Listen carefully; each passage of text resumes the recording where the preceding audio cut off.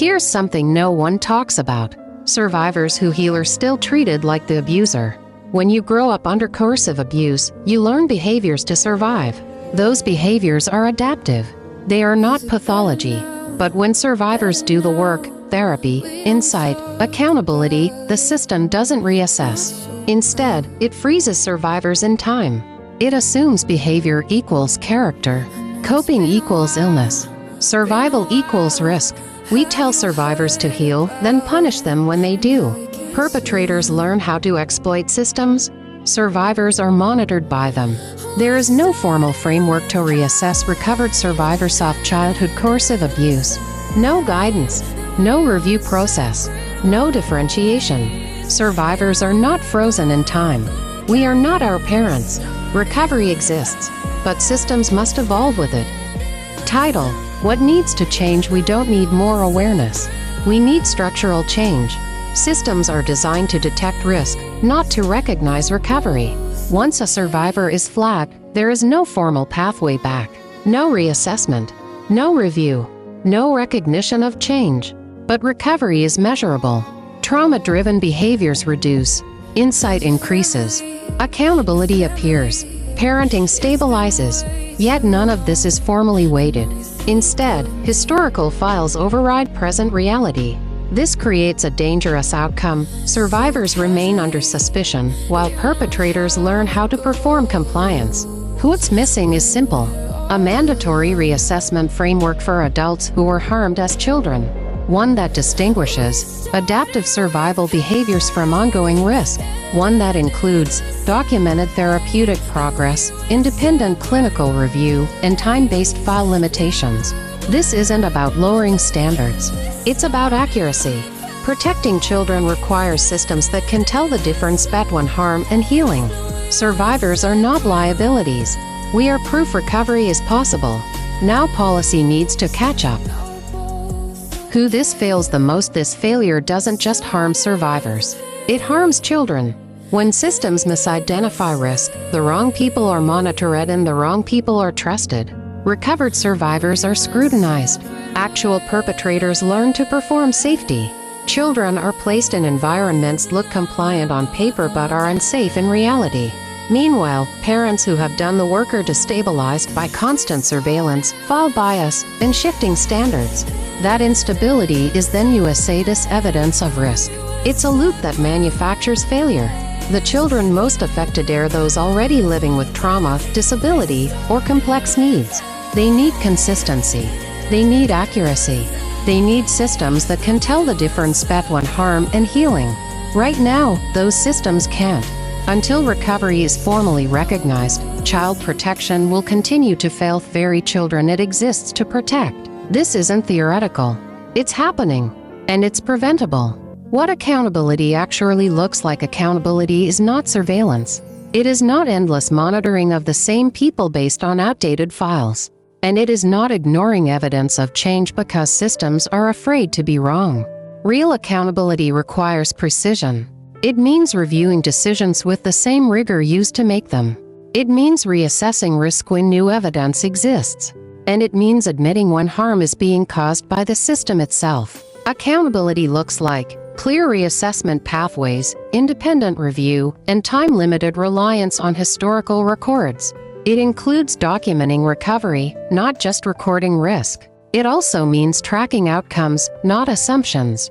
When children thrive, when parenting stabilizes, when risk indicators reduce, systems should update. Failure to do so is not caution. It is negligence. Protecting children requires courage. The courage to correct the record, the courage to evolve policy, and the courage to recognize healing. Survivors are not the risk. Outdated systems are. What reform must include? Reform doesn't start with more monitoring. It starts with better distinction. Systems must differentiate between historic survival behaviors and current risk. That requires formal change.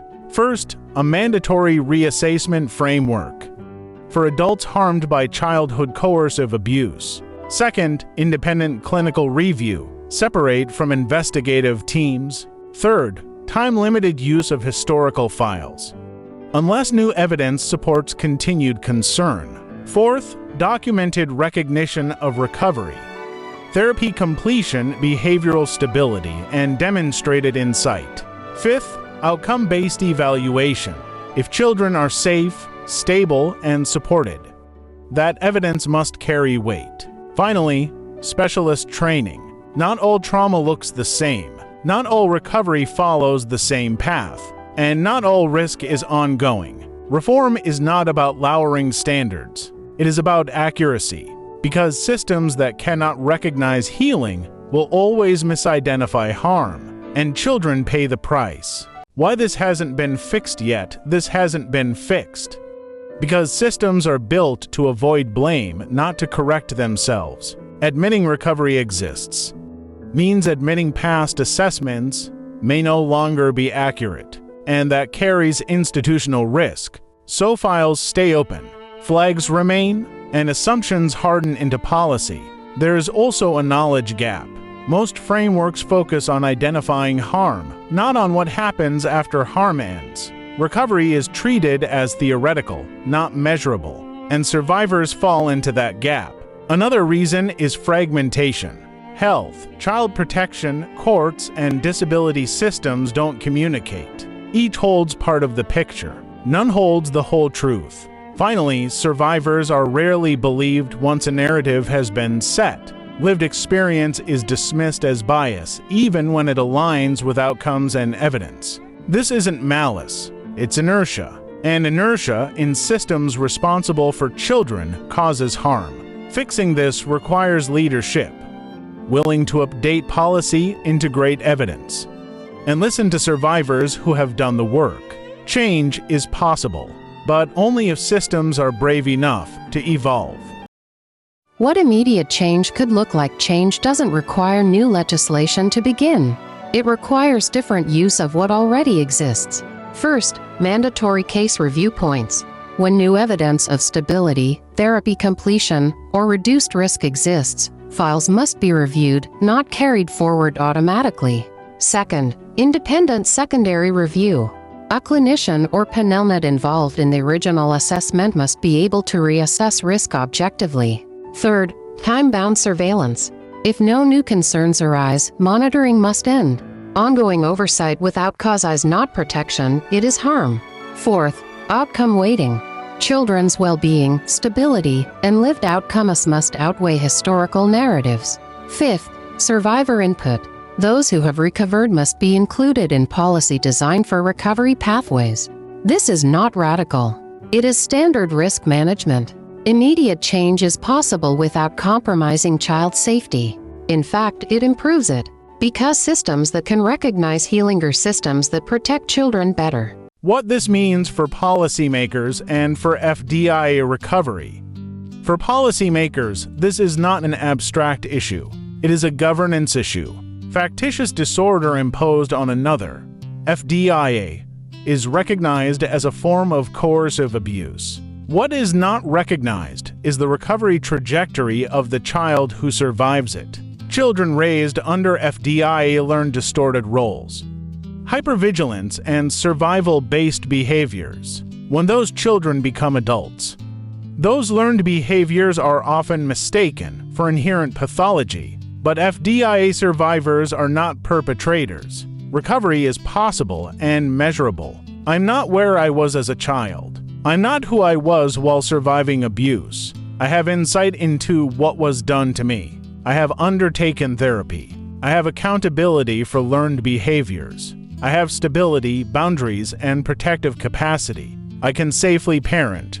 Yet current systems lack a mechanism to recognize FDIA survivor recovery. There is no reassessment standard, no clinical differentiation between coerced childhood behavior and adult functioning. Instead, historical files follow survivors indefinitely.